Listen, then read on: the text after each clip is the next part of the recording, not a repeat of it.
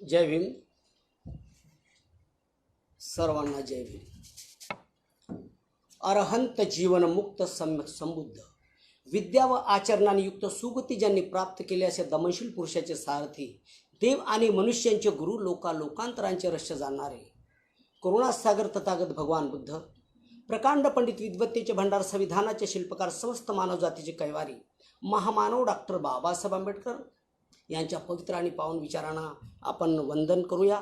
बौद्धांची एकमात्र संस्था भारतीय बौद्ध महासभा, ज्या संस्थेमुळे माणसं चालायला लागली, बोलायला लागली, डोलायला लागली, अशा महान संस्थेच्या विद्यमान अध्यक्षा ममतासागर मीराताईजी आंबेडकर यांच्या अश्वगतीने चाललेल्या कार्याला, त्यागाला मी वंदन करतो. संस्थेचे कार्याध्यक्ष आदरणीय भीमराव आंबेडकर साहेब यांच्या कार्याला सुद्धा मी वंदन करतो. पवित्र अशा भिक्षू संघाला मी वंदन करतो. भारतीय बौद्ध महासभेचे राष्ट्रीय सचिव, सर्व राष्ट्रीय सचिव, केंद्राचे सर्व पदाधिकारी सर्वांना सविनय जय भीम. महासचिव आदरणीय जगदीश गवई गुरुजी, आदरणीय SS वानखडे गुरुजी, आदरणीय भिकाजी कांबळे गुरुजी, काका आगाने, आदरणीय भंडारे साहेब, त्याचप्रमाणे मुंबईचे अध्यक्ष आदरणीय भीमराव कांबळे गुरुजी, सूर्यकांत सर्वदेव गुरुजी सहसचिव, त्याचप्रमाणे BH गायकवाड गुरुजी, या सर्वांना सविनय जय भीम. केंद्राची पूर्ण पदाधिकारी, मुंबई, महाराष्ट्र या प्रदेशांचे सर्व पदाधिकारी, या सर्वांना मी सविनय जय भीम करतो. आणि भारतीय बौद्ध महासभा नवी मुंबई जिल्हा शाखेचे सन्माननीय अध्यक्ष आदरणीय जयवंत लवांडे गुरुजी यांना सविनय जय भीम.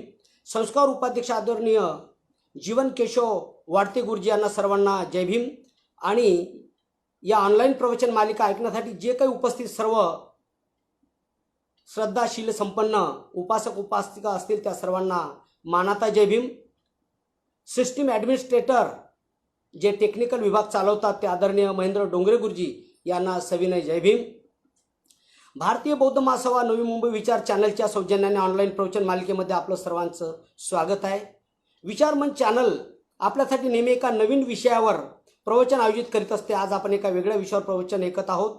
विचार मंच आपल्यासाठी एक नवीन उपक्रम घेऊन आला आहे. विचार मंच पाहण्यासाठी यूट्यूब चॅनलला सबस्क्राईब करा, जेणेकरून तुम्हाला नवीन व्हिडिओ बघायला मिळतील. आजचा विषय आहे भगवान बुद्धांचा कर्मसिद्धांत.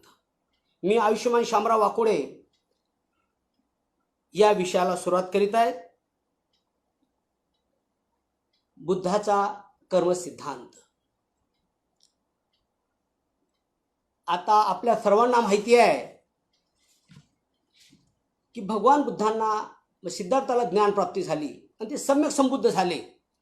बुद्ध सम्यक संबुद्ध झाल्यानंतर बुद्धाला जी ज्ञान प्राप्ती झाली की ज्या ज्ञानामुळे मानवी जीवनाचं कल्याण होऊ शकतं, ते ज्ञान बुद्धाला वाटलं मी देऊ कोणाला, कारण पचनी पडलं पाहिजे आणि त्याची स्थिती पण तयार झाली पाहिजे आणि त्याची क्षमता पण माणसात तशी असली पाहिजे समजून घेण्याची. आणि त्यासाठी भगवान बुद्ध आपल्या 5 परिचारकांना शोधायच्या मार्गाला निघाले, जे भगवान बुद्धाला सोडून गेले होते.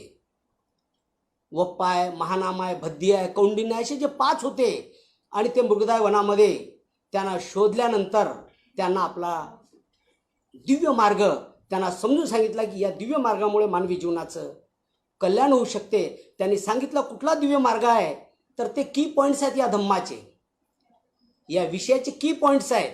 आणि म्हणून बुद्ध म्हणतात की माझा जो धम्मा आहे त्याला ईश्वर आत्म्याशी काही संबंध नाही, काही देणं घेणं नाही. माझा जो धम्मा आहे तो मरणोत्तर जीवनाशी त्याचा काही संबंध नाही. माझा जो धम्मा आहे त्याचा कर्मकांडाशी काही संबंध नाही. धम्माचा विषय जो आहे तो आहे केंद्रबिंदू म्हणजे माणूस, कारण माणूस आणि माणसाशी या जगात नातं हा धम्माचा केंद्रबिंदू म्हणजे हा विषय आहे. आणि धम्माचा उद्देश आहे सर्व जग दुःखानं भरलेलं आहे, ते दुःख नाहीसं कसं करायचं हा धम्माचा उद्देश आहे मानवी जीवनाला सुखी करण्यासाठी. आणि धम्माचा पाया आहे दुःखाचं अस्तित्व मान्य करणं आणि ते नष्ट करण्याचा मार्ग दाखवणं. धम्माचं म्हणजे जे सार आहे ते आहे चित्तशुद्धी. कारण या जीवनामध्ये ज्या घडामोडी होतात ते निसर्गकृत आणि मानवकृत होतात. त्याच्यामुळे मनुष्याची चित्तशुद्धी झाली पाहिजे. त्यासाठी या धम्माचं प्रयोजन आहे. कारण कुशल कर्म जर केले तर शांतता आणि सुव्यवस्था प्रस्थापित होऊ शकते आणि मानव जीवन सुखी होऊ शकते. आणि म्हणून मनुष्य जगात दुःखी काय? बुद्धानं सांगितलं की त्याच्याकडे अज्ञान आहे आणि म्हणून तो दुःखी आहे. त्याच्याकडे अज्ञान आहे, त्याच्याकडे लोभवृत्ती आहे, त्याच्याकडे तृष्णा आहे. तृष्णा कुठली आहे? कुठली ताण आहे ती? तर यशाची, कीर्तीची आणि स्वार्थाची. आणि म्हणून हे विकार आहेत सर्व मानवी जीवनाला. या विकारामुळे माणूस आपली प्रगती करू शकत नाही. काया वाचा व मनाशी संबंधित आहेत. काया वाचा व मनाची शुद्धता राखल्यात हे विकार नष्ट होऊ शकतात. आणि म्हणून काया वाचा आणि मनाची शुद्धी म्हणजेच व्यक्तिगत शुद्धी. व्यक्ती शुद्ध असला तर स्थिती पण शुद्ध होते आणि वातावरण पण शुद्ध होते. कायाची शुद्धी कशी करता येईल?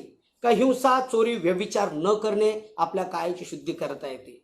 वाची शुद्धी कशी करता येते? सत्य बोलणं, कोणाला टाकून न बोलणं, कोणाची निंदा न करणं, व्यर्थ बडबड न करणं आणि असत्य न बोलणं म्हणजे वाचेची शुद्धी.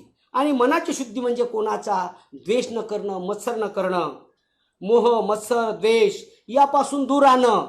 हे आहे की पॉइंट्स.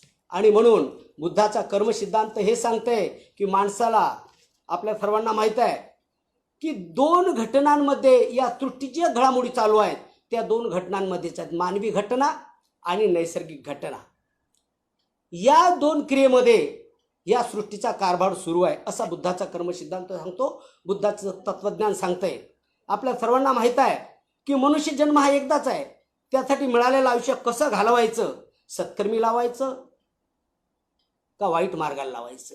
म्हणजे सत्कर्मी लावायचं आपल्याला का वाया घालवायचं हे माणसानं ठरवायचं आहे. चांगलं कर्म जर केलं तर मनुष्य सद्गतीला जातो, वाईट कर्म केलं तर मनुष्य दुर्गतीला जातो. सद्गती म्हणजे काय आहे? तर प्रगती. सद्गती केली तर जीवनामध्ये आनंद प्रस्थापित होऊ शकतो आणि प्रसन्नता येते. आणि दुर्गती जर केली तर माणसाच्या जीवनात उदासीनता येते. मनुष्याचं जीवन भीतीग्रस्त होते, यातनामय जीवन होते. आणि म्हणून मनुष्य नेमका कोण्या मार्गाने जात आहे हे कसं ओळखायचं? तर त्याच्या रोजच्या दैनंदिन राहण्यावरून, त्याच्या बोलण्यावरून, त्याच्या चालण्यावरून आणि ह्या रोजच्या कृतीलाच आपण कर्म म्हणतो. कर्म म्हणजे कार्य, काम जे रोज करतोय आपण ते कर्म आहे. आता चांगलं करायचं का वाईट हे सगळं माणसाच्या हातात आहे. आणि कर्म आणि त्याचा विपाक म्हणजे परिणाम. कर्म झाल्यानंतर त्याचा परिणाम पण लगेच होतो, काही काळानंतर होतो किंवा अनिश्चित काळानंतर होतो असं बुद्ध म्हणतात. आणि म्हणून माणसाच्या कर्मावरून त्याची गती, त्याची ओळख होत असते. कुशल काम जर आपण केलं तर कधी पश्चाताप होत नाही, कधी खंत वाटत नाही. त्याचं फळ अर्थात परिणाम हा आनंद व समाधानच आहे. आणि अकुशल कर्म जर केलं, आता अकुशल कर्म कोणतं आहे? कोणाची फसवणूक करणं, कोणाची पिडवणूक करणं, कोणाचं नुकसान करणं. आणि यामुळे मनुष्याच्या जीवनात दुर्गंधी प्राप्त होते. मनुष्य दुर्गंधी स्थितीला जातो. जसा लोखंडावर साचलेला गंज लोखंडालाच संपवत असतो त्याप्रमाणे अकुशल कर्म करणाऱ्या माणसाला त्याचं अकुशल कर्मच संपवत असते असं बुद्ध म्हणतात. बैलगाडीचं चाक आहे. बैलगाडीच्या चाकामागे जसं बैलगाडी चालली परंतु चाक बैलांच्या पाठीशी त्याचा पाठलाग करीत, त्याचं अकुशल कर्म जर मनुष्य करत असेल तर त्याच पद्धतीनं त्याचा पाठलाग त्याचं कर्म करत असते. जर चांगलं असेल तर त्याला संकटकाळी तेच कर्म उपयोगी येते.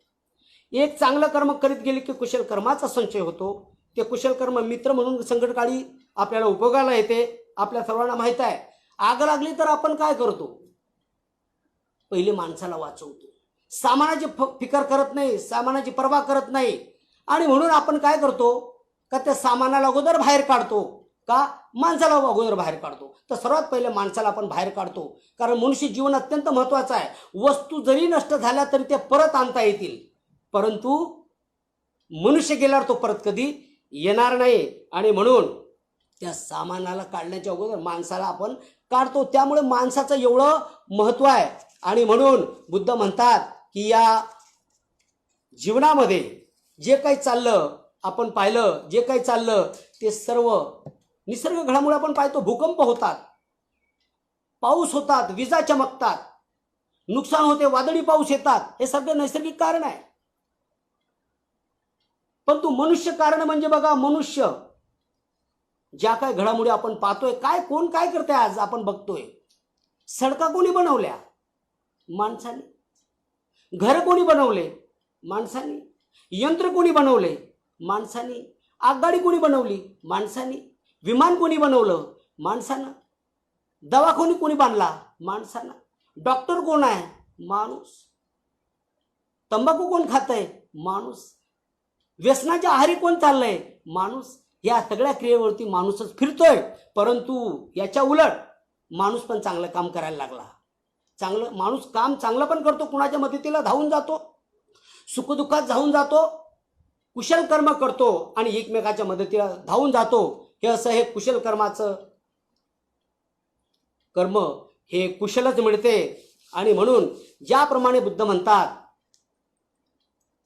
की दिवसामागून जशी रात्र येते, त्या पद्धतीनं त्याचा परिणाम मागून येत असतो, कर्त्या मागून त्याचा परिणाम येत असतो. हा सृष्टीचा नियम आहे.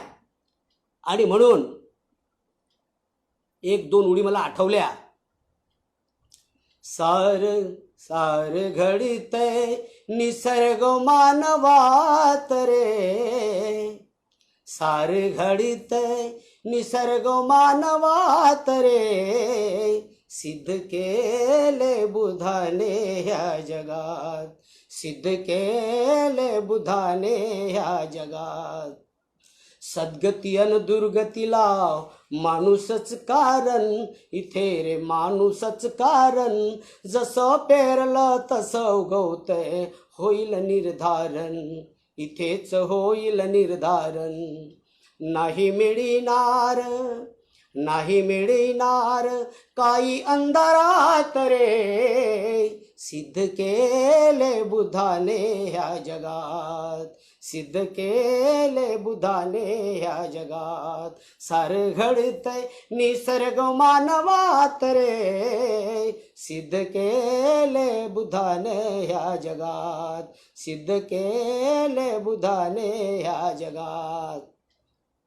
बुद्धांनी 2500 वर्षापूर्वी हा प्रश्न मिटवून टाकलेला आहे की ज्याप्रमाणे ऋतुचक्रात एक प्रकारची सुनिश्चित व्यवस्था आहे, समाजामध्ये तसाच नैतिक क्रम सुद्धा आहे. समाजातील नैतिक व्यवस्था कुठलीही अज्ञात शक्ती चालवत नाही.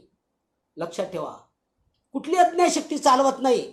लोकांच्या कल्पित, जे लोकांनी देव नावाची एक व्यवस्था निर्माण केलेली असेल, ती व्यवस्था पण हे सांभाळत नाही. फक्त कर्मनियम ही सर्व सांभाळते. कर्म कोण करतंय? हा मनुष्य कर्म करतोय.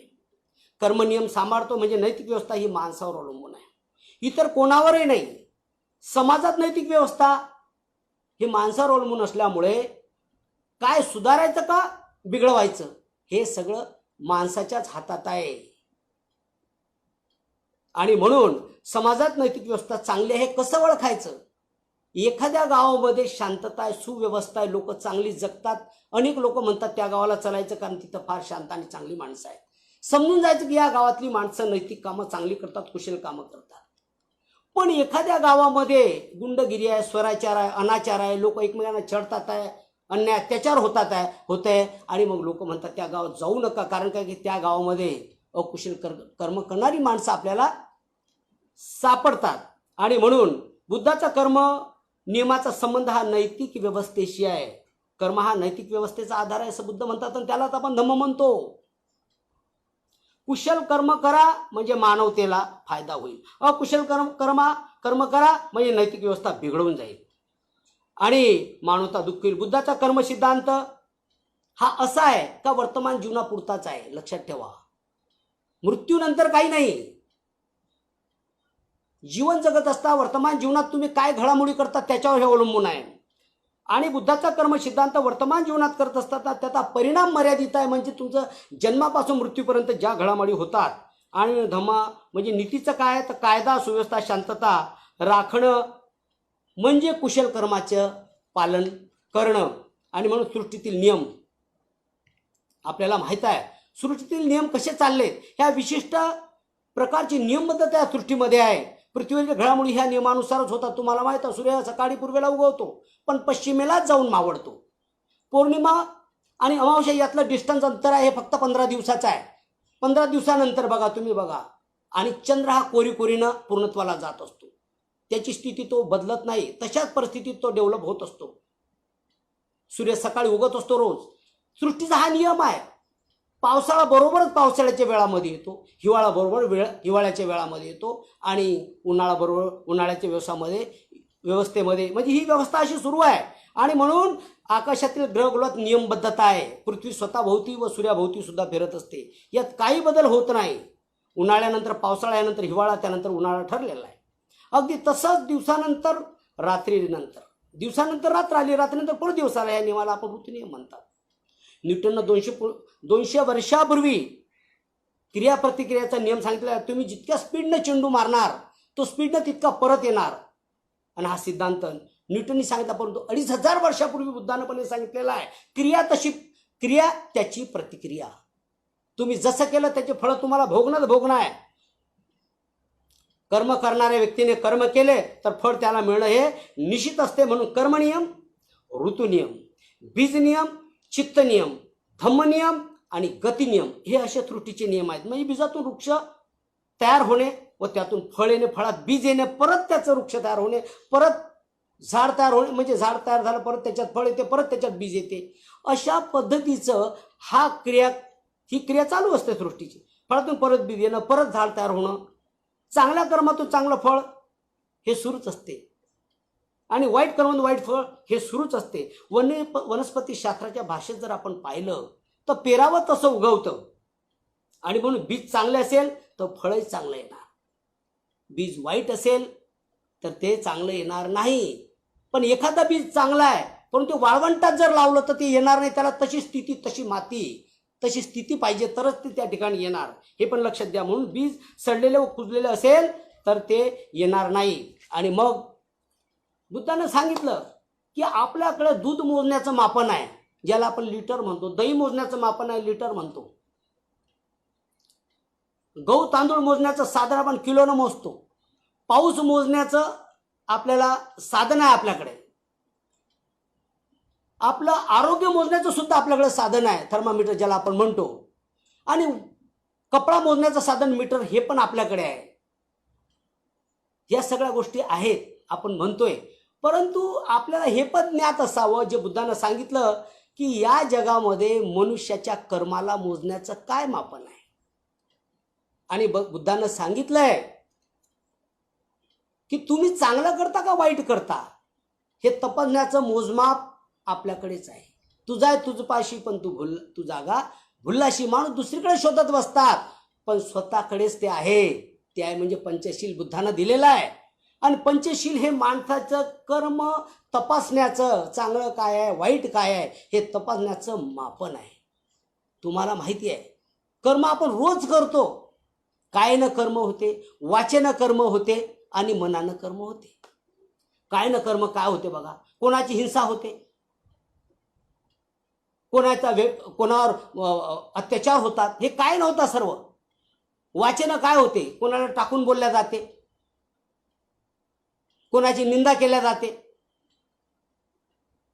आणि मनानं काय होते, मनात द्वेष निर्माण होतो, राग निर्माण होतो. हे झालं एक अँगल झाला हा. पण तो दुसऱ्याची दुसरी साईड जर बघितली तर याच्यात फायदे कोणत्यात बघा. बुद्धानं तेही सांगितलेलं आहे की एकच अँगल बघू नका, दुसरी पण आपल्याकडे साईड आहे. ती म्हणजे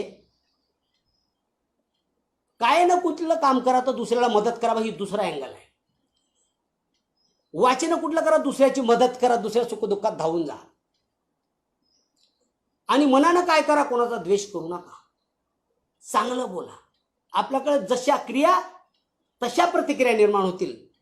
आणि म्हणून हे जे साधन बुद्धानं सांगितलं हे प्रत्येक माणसाला म्हणजे मानवी जीवनाला उपयोगी आहे.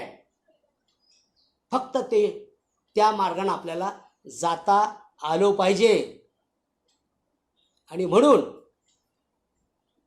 या पद्धतीनं बुद्धानं आपल्याला हे मापन सांगितलं की आयुष्य आपल्याला, कारण यामुळे व्यक्तिगत शुद्धी चांगली होते. आणि त्यासाठी हा विशुद्ध मार्ग सांगितलेला आहे. विशुद्धी मार्ग हा काही नवीन नाही आहे, अष्टांग मार्ग म्हणजे विशुद्धी मार्ग आहे. आपल्या जीवनाला पडताळून पाहणं, त्याला शुद्ध करणं म्हणजे व्यक्तिगत शुद्धी करणं, तर तुम्हाला विशुद्धी मार्गाने जावं लागेल. तुमच्याकडे साबण आहे घरी, आपण कपडे धुतो का नाही धुत? कपड्याला साबण लागतं आणि शरीर साफ करायलाही साबण लागतं. शरीराचं साबण आपण कपड्याला लावतो का? कपड्याचं साबण शरीराला लावतो का? नाही लावत. कपड्याचं साबण कपड्याला लावतो, कारण प्रत्येकाचे गुणधर्म वेगवेगळे आहेत. शरीराला फोडी येऊ नये, इजा होऊ नये म्हणून आपण कपड्याचं साबण कधी शरीराला लावणार नाही, आणि शरीराचं साबण कपड्याला लावणार, त्याचा इफेक्ट आता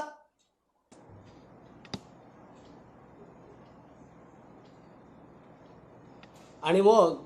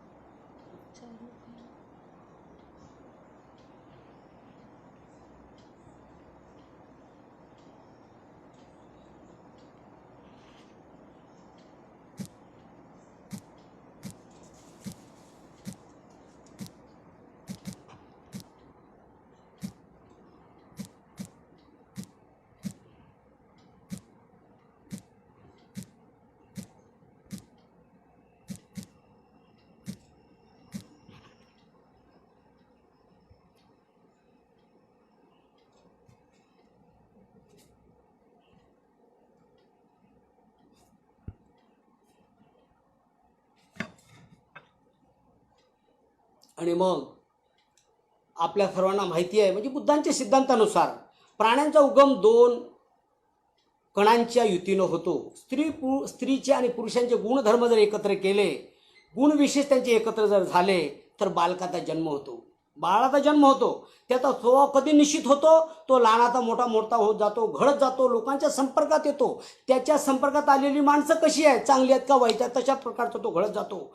बालक जसं जसं मोठं होत जाते तसं तसं त्याचं वर्तन होत जाते, घडत जाते, आणि या वर्तनाचाच बरा वाईट परिणाम त्याच्या मोठेपणी त्याला भोगावा लागतो. वाईट केला तर भोगावा लागतो, चांगला केला तर त्याचे फळ त्याला चांगलेच मिळतात. खरं तर माणूस आपल्या गुणविशेषानुसार जीवन जगत असतो, आणि म्हणून या सगळ्या संस्काराचं संबंध मनाशी आहे. मन, तुम्हाला माहित आहे, मन, आपण आज इथं बसलोय, पण आपल्या घरात काय चाललं, आपल्या मुलाबाळांचं काय चाललं आपण विचार करतो. आज आपल्या ऑफिसमध्ये काय चाललं आपण विचार करतो. मुंबईत राहतो सुद्धा, गावाला काय सुरू आपला विचार करतो, कारण आपलं मन सारखं धावत असतं, मन थांबत नाही. आणि म्हणून या मनावर ताबा करता आला पाहिजे, या मनाला कंट्रोल करता आलं पाहिजे. असं बुद्ध म्हणतात, चित्तशुद्धी त्याच्यासाठी करायची आहे ना, वाईट विचाराला जागाच द्यायची नाही, आणि मन त्यावेळेस व्यवस्थित चालेल. जे मनात येते तेच माणूस बोलून दाखवतो, आणि म्हणून माणसाचे सर्व व्यवहार हे मनातूनच होत असतात. जसा भाव तशीच भावना होत असतात. एखादे व्यसन मनात आणले तर माणूस व्यसनी होईल. एखादे व्यसन मनात नाही आणलं तर माणूस निर्व्यसनी होईल. आणि मग सृष्टीचा हाच नियम आहे, बीज नियम आहे.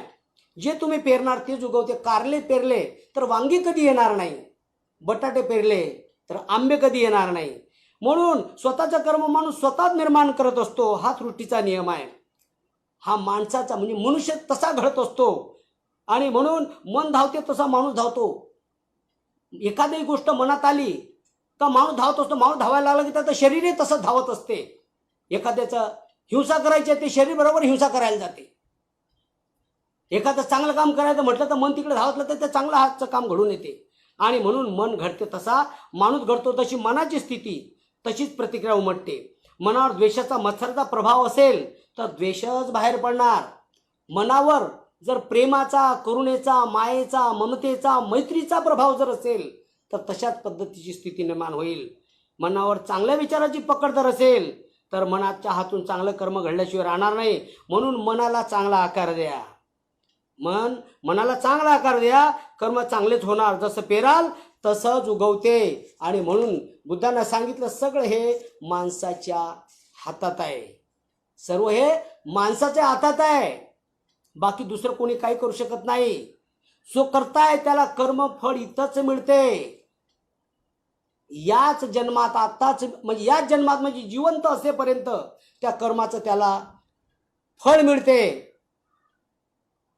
आणि म्हणून मौलिंगपुत्त आपल्या सर्वांना माहिती आहे,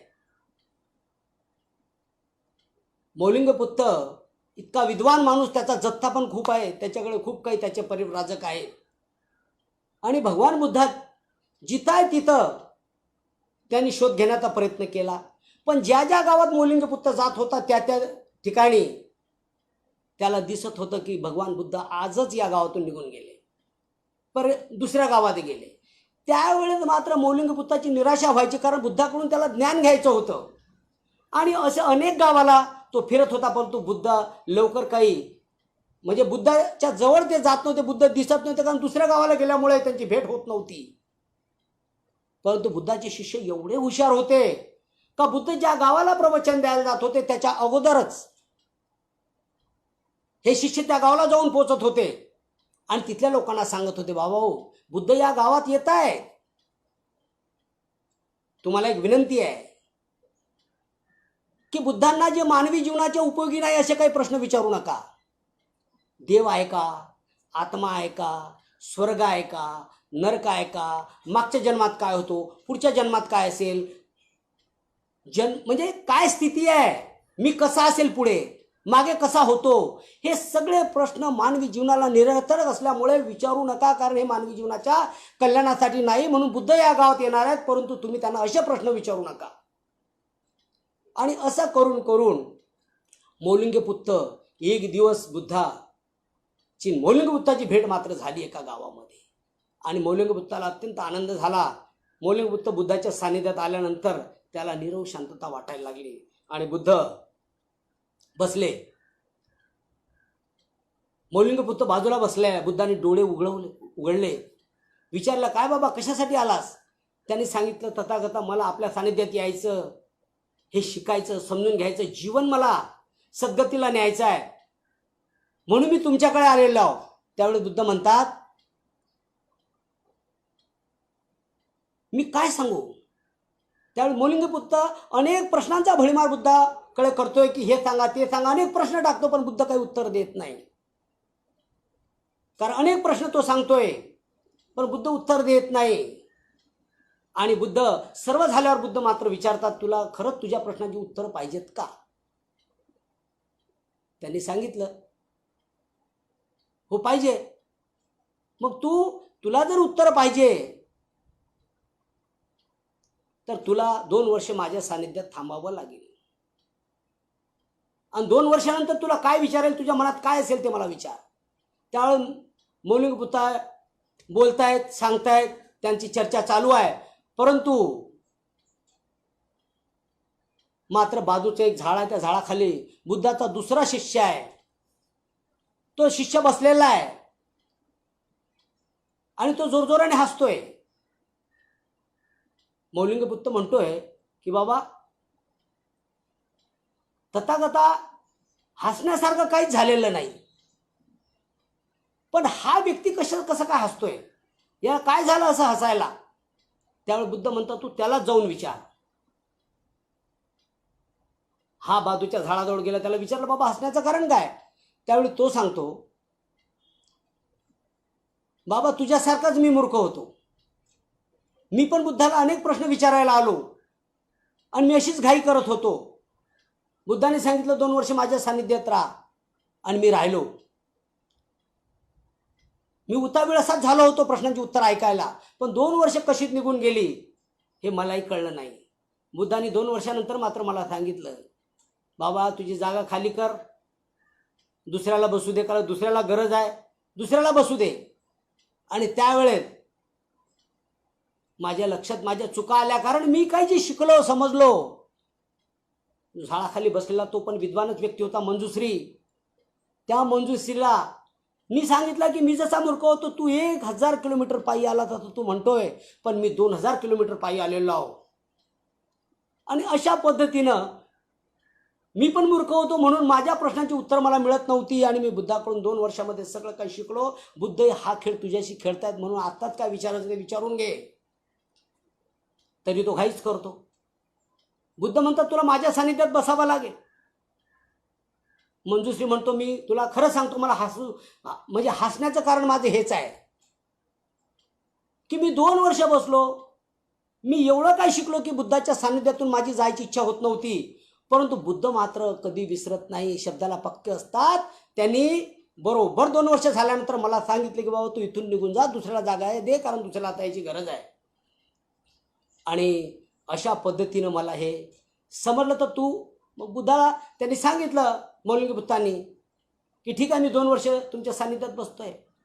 त्यांनी पण आस्वाद घेतला. परंतु मौलिंगी बुद्धाने सांगितल्याप्रमाणे मी शिकलो, समजलो, परंतु मला 2 वर्षात जो अनुभव आला, ना प्रश्न करता राहिला ना प्रश्न, काहीच राहिलं नाही. सगळं माझं क्लिअर झालं, माझे प्रश्न सगळं गळून पडले. आणि म्हणून तुला जर शिकायचं असेल, समजून घ्यायचं असेल तर बुद्धाकडून आजच समजून घे. आणि म्हणून बुद्ध तेच म्हणतात, जर शिकायचं असेल तर तुला 2 वर्ष माझ्या सानिध्यात बसावं लागेल. याचा अर्थ हा आहे का समजून घेणं, संपर्कात राहणं, सलोख्यानं राहणं आणि संवाद साधणं, याच्यात हे कर्म सामावलेलं आहे. याच्यात हे कर्म सामावलेलं आहे. आणि म्हणून जर आपल्याकडे सहनशीलता असेल, ऐकून घ्यायची पद्धत असेल, तर आपल्याला सगळंच काही जीवनातलं खरंच सारपण कळू शकते. आणि म्हणून मौलिंग बुद्धाच्या ते सर्व लक्षात आलेलं आहे. म्हणजे बुद्धाला सांगायचा उद्देश काय होता आणि जे प्रश्न तो घेऊन आला होता ते प्रश्न निरुपयोगी कसे आहेत हे बुद्धाला म्हणजे हे द्यायचं, लक्षात आणून द्यायचं होतं. आणि म्हणून शांतता व सुस्थ प्रस्थापित झाली. कशी झाली तर मनुष्य कुशल काम करायला लागला. 2 वर्षामध्ये जे काही शिकला तो समजायला लागला. आणि म्हणून चांगलं कर्म मार्गावर जायचं असेल तर माणसाला तसं कर्तव्य निभावं लागेल. कर्तव्य आपल्या सर्वांना माहीत आहे. मंगलसूत्रामध्ये बुद्धानं कर्तव्य सांगितलेलं आहे माणसाला, की मनुष्य कुशल देवता जितवन प्रकाशित करून आल्यानंतर भगवंताला विचारते की या जगात कुशल असं काय आहे, चांगलं काय आहे की जे केल्यामुळे मनुष्य सद्गतीला जातो, चांगल्या मार्गाला जातो. बुद्ध सर्व सांगतात त्याच्यामध्ये की वाईट लोकांची संगत सोडा, चांगल्या लोकांचा मार्ग धरा, नातलगांचा आदर करा, कधी विचलित होऊ नका, धम्म मार्गावर चला, वाईट काम कधी करू नका, चांगल्या कामाचा संचय करा, दुसऱ्याचा अनादर कधी करू नका, दान धर्म करत राहा, मुलाबाळांचा सांभाळ करा, पत्नीचा सांभाळ करा आणि त्यांना पण रिस्पेक्ट द्या. हे बुद्धांना सांगितलं. आणि म्हणून कर्तव्य हे आहे, हे कर्म आहे. हे कर्म तुम्ही पेरणार तर तुमची जीवनस्थिती चांगली होईल. म्हणून ह्या निभावायच्या गोष्टी आहेत, ह्या जबाबदारीच्या गोष्टी आहेत. आईवडिलांची सेवा, मुलाबाळांचा सांभाळ, अत्यंताचा आदर, ह्या आपल्या जीवनात ह्या आपली कर्तव्यच आहेत. म्हणून माणसाचे हे नैतिक कर्तव्य आहे. कर्तव्याची जाणीव झाली की माणूस दुःखातून सुखाकडे जायला लागतो, अधोगतीकडून प्रगतीकडे जायला लागतो. मनुष्य रोज रोज जे काम करतो त्याचा परिणाम हा निश्चितच आहे. समजा एखाद्या मुलगा खूप अभ्यास केला, त्याने खूप प्रयत्न केला आणि त्याला डिस्टिंक्शन मिळाले, चांगले मार्क्स मिळाले, तर इथंच आहे आपला, त्यांनी जास्त अभ्यास केला हे त्याचं कर्म झालं आणि त्याला त्याचं सर्टिफिकेट प्रावीण्य मिळालं, हा त्याचा परिणाम झाला. हे कुशल कर्म आहे, लक्षात ठेवा. म्हणजे विशेष प्रयत्न त्याने केले म्हणून त्याला सन्मानाचं बक्षीस मिळालं, त्याला कामाचा मोबदला मिळाला. परंतु याच्या उलट बघा, दुसऱ्या अँगलनं जर पाहिलं तर एखाद्यानं चोरी केली, त्याला जेल झाली, परंतु त्याचा परिणाम मात्र वाईट झाला. कारण काय की त्याची मुलं बाळ उपाशी, मुलाबाळांना घरावर त्याचा परिणाम झाला. हे अकुशल कर्म बघा. आणि तुम्ही कुणाचा अपमान केला तर तुमचाही कोणीतरी अपमान करेल. म्हणून तुम्ही कुणाचा अपमान केला तर आपल्याला अपमानाला सामोरं जावं लागतं. कोणी आपल्याला कार्य म्हटलं, कोणी आर्य म्हटलं, आपण त्याला कार्य म्हटलं का बिघडलं सर्व काम. आणि म्हणून संयम जर पाळला, हे कर्म आहे, संयम जर पाळला तर नंतर कदाचित त्याचे परिणाम चांगले पण होऊ शकतात. कारण हेतू बीज आहे, परिणाम उत्पत्ती आहे. कारणाशिवाय परिणाम नाही, आपोआप काहीच घडत नाही. कुशल कर्मातून चांगल्या गोष्टीची निर्मिती होते, अकुशल कर्मातून वाईट गोष्टीची निर्मिती करते. आणि म्हणून माणसाला कुणी बंदिस्त करत नाही, माणूसच स्वतःला बंदिस्त करत असतो. कारण बाबासाहेबांनी सांगितलं ना, मनुष्याला गुलाम कोण करते, म्हणून बाबासाहेब म्हणतात गुलामाला गुलामीची जाणीव करून द्या, त्यावर तो बंड करून उठेल. आणि म्हणून बुद्धाने हेच केलं की माणसाला त्याच्या गुलामीची जाणीव करून, त्याच्या अस्तित्वाची जाणीव करून, आणि तू आहे, तुझं कर्तव्य जगात आहे, तुझं जीवन तुझा हा जन्म आहे, हा एकदम पवित्र आहे, याचं भान ठेव, कारण परत तुला जन्म नाही. आणि म्हणून काया वाचा मनाद्वारे अकुशल कर्म करू नका आणि कुशल कर्मच करीत जा. आणि म्हणून कर्माचा परिणाम तात्काळ मिळतो, हा तात्काळ. कर्माचे दोनच परिणाम आहेत, कुशल आणि अकुशल. पण तात्काळ कर्म बघा, एखाद्याला शिवी दिली तर तुम्हाला शिवी देईल, तात्काळ कर्म. आता एक साधी गोष्ट आहे, एखादा माणूस रस्त्याने चालला, तुम्ही त्यांना वाकून म्हणजे असं रिस्पेक्टफुल त्यांना जयभीम जर केला तर तो माणूस थांबून तुम्हाला जयभीम करेल. बघा तिथंच परिणाम आहे. काही काळानं परिणाम काय होतो, काही काळानं परिणाम, वर्षभर तुम्ही अभ्यास केला त्याचा परिणाम तुम्हाला वर्षा शेवटी मिळतो. तुम्ही खूप कॉम्पिटिशनचा अभ्यास केला, तुम्ही सरकारी याच्यामध्ये तुम्ही एखाद्या परीक्षेमध्ये पास होऊन तुम्हाला चांगली नोकरी पण मिळू शकते, त्याचा परिणाम आहे, लक्षात ठेवा. परंतु अनिश्चित काळानं काही परिणाम आहेत. अनिश्चित काळ तुम्हाला माहिती आहे. अनिश्चित काळ म्हणजे बाबासाहेबांनी केलेलं कार्य, भगवान बुद्धानं केलेलं कार्य, राष्ट्रपिता ज्योतिराव फुलेंनी केलेलं कार्य, छत्रपती शिवाजी महाराजांनी केलेलं कार्य. बघा त्या कार्याचे परिणाम आज आपल्याला दिसतात. कारण त्यांनी इथं माणसाला घडवण्याचं काम केलेलं आहे. काही वर्षानंतर बाबासाहेबांनी संविधान लिहिलं, परंतु त्याचे फळ आज आपण चाकतोय, आज आपल्याला त्याचे परिणाम दिसायला लागतात. हे आहे दीर्घकालीन कर्म, लक्षात ठेवा. आणि म्हणून आज आपण, तुम्हाला माहित आहे की माणसाच्या कर्मावर त्याचं सुख आणि दुःख अवलंबून आहे. त्याने जे केलं त्याचं फळ त्याला ताबडतोब काही काळानंतर किंवा दीर्घ काळानंतर मिळणार. आता तुम्हाला दुसरी गोष्ट माहीत असायला सांगतो की माणूस आहे, हा माणूस आज स्वार्थासाठी वाटेल ते करायला लागला.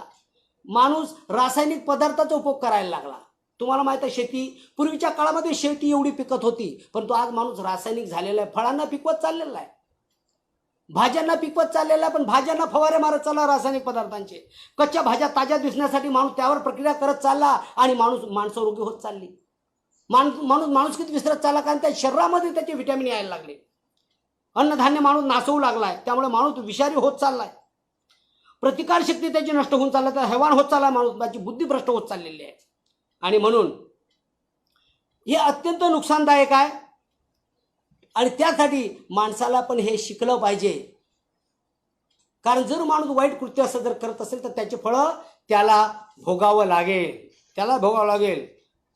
आणि म्हणून माणसानं कर्म आयुष्यामध्ये ही नैसर्गिक फळं, जी औषधं आपण पिकवतो, पण पूर्वीच्या काळामध्ये जे नॅचरल मिळायचे, नैसर्गिक मिळायचे, परंतु जमिनीचा पोत आज खराब झाल्यामुळे शेतीतलं पीक हे हायब्रिड सारखं निघायला लागलं. पूर्वीचं गावरान होतं. आणि म्हणून हा एक फरक आहे, त्याचा परिणाम पण माणसाच्या शरीरावर होतो.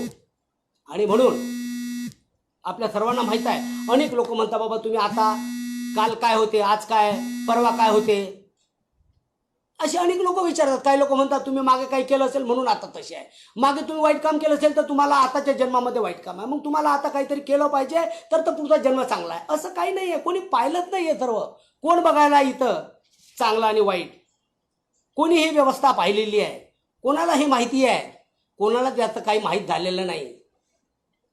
एक दिवस संत गाडगे बाबा, कारण बाबासाहेबांचा भगवान बुद्धांच्या विचारांचा पगडा प्रभाव हा मानवी जीवनावर संतांवर सुद्धा होता. आणि म्हणून संतांवर झालेला प्रभाव संत गाडगे बाबाच्या एका उदाहरणातून मी आपल्या समोर लक्षात आणून देतो की एक कर्म गाडगे बाबा कसं पेरत होते, कारण तो भगवान बुद्धाच्या विचारांचा प्रभाव त्यांच्यावर होता, कर्म सिद्धांताचा. आणि म्हणून एक दिवस बाबा नदीकाठी गेले. काही नदीत माणसं उतरलेली होती, ते पाणी वर फेकत होते आकाशाकडे. बाबा विचारतात हे काय करताय? म्हणले आमचे पितर वरती आहेत, आमचे वारस वरती आहेत, आमचे आईवडील वरती आहेत.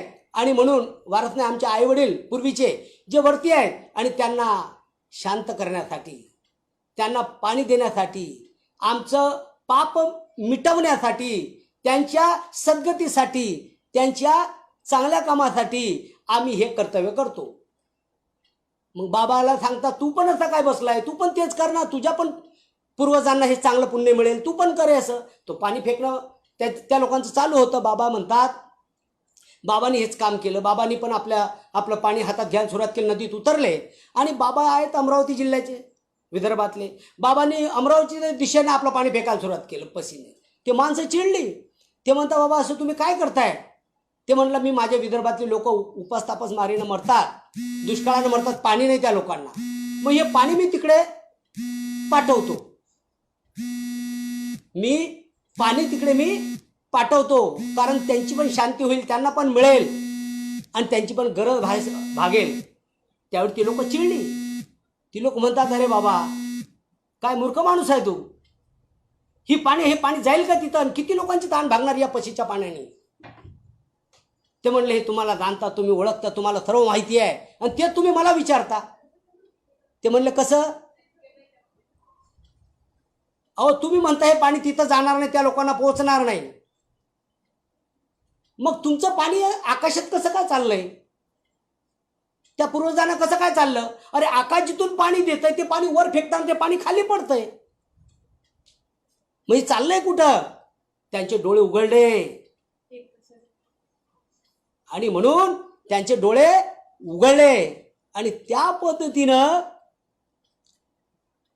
त्यांच्या लक्षात आलं, चूक त्यांच्या लक्षात आली. कारण बाबा काय करत होते, ज्या ज्या गावाला प्रवचन करायला जात होते त्या त्या गावात अगोदर पूर्ण गाव साफ करत होते, झाडत होते, नंतर प्रवचनाला बसत होते. अगोदर घाण साफ करायचे, नंतर ते प्रवचनाला बसून लोकांची मनं साफ करायची.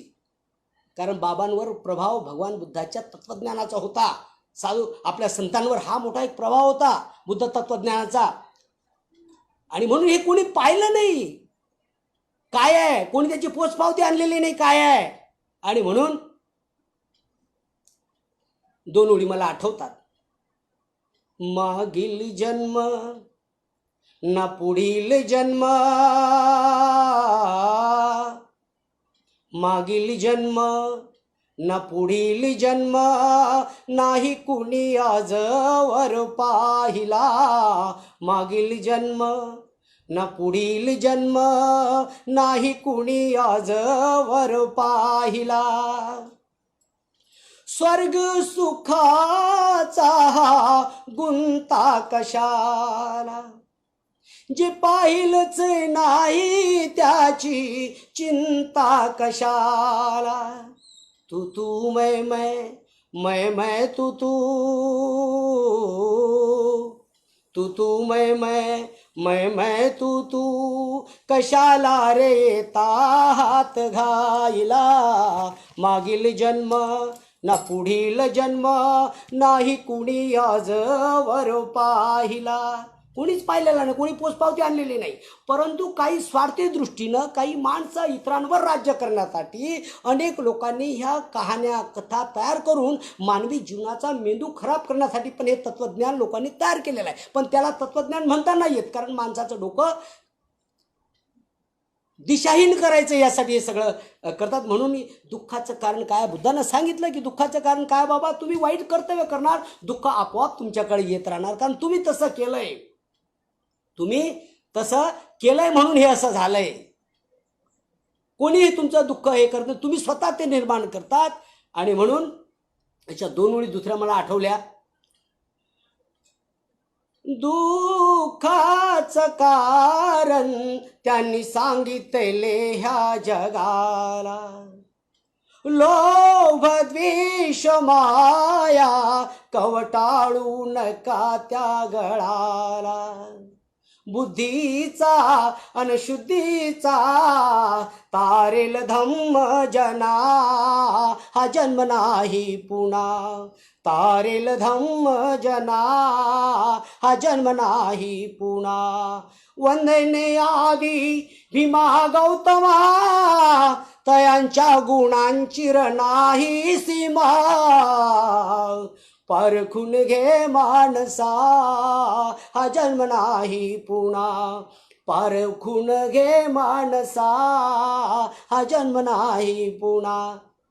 दुसऱ्या अंतऱ्यामध्ये सांगितलेलं आहे, तुला कोणी वाचवणार नाही, तुला स्वतःलाच वाचवायचं आहे. तुझाच तूच स्वामी, नाही कुणी कुणाचा दाता. शुद्ध हो रे बुद्ध, खरा माणूस हो जाता जाता. तुझे काही इथे नाही, व्यर्थ श्याम हा मीपणा, हा जन्म नाही पुन्हा. व्यर्थ श्याम हा मीपणा, हा जन्म नाही पुन्हा. परत जन्म नाहीये, आजच त्या जीवनाचा आनंद घ्यायचा आहे. बुद्ध म्हणतात परत तुम्हाला यायचं नाही. कारण भगवान बुद्ध ज्यावेळी अंतिम अवस्थेत होते त्यावेळी भिक्षू रडत होते की तथागता तुम्ही गेल्यानंतर काय. बुद्ध म्हणतात हा धम्म तुमचा वारसा आहे, धम्माला चालवा, धम्माला पहा. धम्म पाहणार तुम्ही, धम्माला पाहिलं तर मला पाहणार तुम्ही. कारण मी परत कुठल्याही स्थितीमध्ये दिसणार नाही, फक्त धम्माच्या स्थितीत तुम्हाला दिसेल हा धम्म. तुम्ही पालन करा या धम्माचं. आणि म्हणून हा कर्म सिद्धांत इतका महत्वाचा आहे. बुद्धाचा कर्म सिद्धांत मानवाला व्यवस्थित चालायला शिकवतो, बोलायला शिकवतो, जीवनातले सगळे व्यवहार शिकवतो. आणि म्हणून भगवान बुद्धाचा धम्म मानवी जीवन हे बंदिस्त करत नाही. माणसात ऊर्जा, त्याला शंड बनवत नाही. माणसाला ऊर्जा, उत्साह त्याच्या जीवनामध्ये तयार करत असतो. काही ठिकाणी लोकांची एक वदंता आहे की बाबा प्रारब्ध आहे, नशीब आहे, वाईट अवस्था आहे, ही सगळं कोणीतरी लिहून ठेवलेली, कोणीतरी तयार केलेली आहे. परंतु बुद्ध म्हणतात तसं काही नाही आहे. कारण काय, गतजन्मी केलेला तुम्ही काय केलं याचं इथं काही संबंध नाही. कारण त्याचा प्रमाणच नाही ना. कारण प्रत्येक गोष्टीला बुद्ध म्हणतात प्रमाण लागते. वारा आहे कसं ओळखायचं आहे, हवा कसं आहे ओळखायचं, तुम्हाला त्याची जाणीव होते. विद्युत प्रवाह कसा आहे, तुम्हाला त्याच्या बटनानं जाणीव होते. बटन दाबलं का तुम्हाला लाईट लागणार. ही एक अनुभूती आहे. आणि म्हणून आपणास ते समजून घेतलं पाहिजे की बुद्धाला प्रमाण पाहिजे. आणि म्हणून या जन्मातच हे प्रमाण करायचं आहे. कारण परत जन्म नाही आहे. आणि म्हणून बुद्ध म्हणतात की तुमच्या वाणीवर नियंत्रण ठेवा. या वाणीमुळे माणसं दूर जातात जर वाईट बोलले तर. आणि लोकांना जवळ आणायचं असेल तर तुम्हाला वाणी शुद्ध ठेवली पाहिजे, चांगली ठेवली पाहिजे, मैत्री भावना करुणा त्याच्यामध्ये ठेवली पाहिजे, बुद्ध म्हणतात. आणि म्हणून बुद्ध म्हणतात ते शब्द कसे आहेत, तुम्हाला जोडायचे आहेत लोक, तर लोक कसे जुळतील, तुमचे शब्द चांगले असले तर लोक जुळणार तुमचे. आणि म्हणून प्रेमानं गोड बोल आहे रे त्याचं मोल, काय नेशील तू सोबतीला, पुन्हा जन्म नाही तुला, की पुन्हा जन्म नाही तुला, पुन्हा जन्म नाही तुला, की पुन्हा जन्म नाही तुला. राग अनुद्वेष वैर हे कशासाठी, कायमचे ना कुणीही कुणासाठी. वादळ वारा येईल क्षणातच निघून जाईल, मग कळेल काय तुझला होत्याच नव्हतं होईल. ही हाव जराशी सावर, ही हाव जराशी आवर, स्वतःला जरा तू सावर, काय नेशील तू सोबतीला, पुन्हा जन्म नाही तुला, की पुन्हा जन्म नाही तुला, पुन्हा जन्म नाही तुला, की पुन्हा जन्म नाही तुला. या ठिकाणी जवळपास 1 तास होत आलेला आहे. प्रवचनाचा नियम सुद्धा 1 तासाचाच आहे. आणि म्हणून बराच वेळ झाला आपण ऐकताय. सर्वांच्या प्रति मंगल कामना. आपण सर्वांनी ऐकून घेतलं, समजून घेतलं, समजून घेण्याचा प्रयत्न केला. आणि म्हणून भारतीय बौद्ध महासभा नवी मुंबई व विचारमंच या फेसबुक पेजवर लाईव्ह प्रवचन मला देता आलं आणि त्यांची संधी दिली त्याबद्दल मी त्यांचा आभारी आहे. भारतीय बौद्ध महासभा व विचारमंच आभारी आहे. हे प्रवचन पुन्हा पाहण्यासाठी यूट्यूब चॅनलला सबस्क्राईब करा, लाईक करा. सर्वांच्या प्रति मंगल कामना मी या ठिकाणी व्यक्त करतो आणि याच ठिकाणी थांबतो. जय भीम, जय बुद्ध, जय भारत.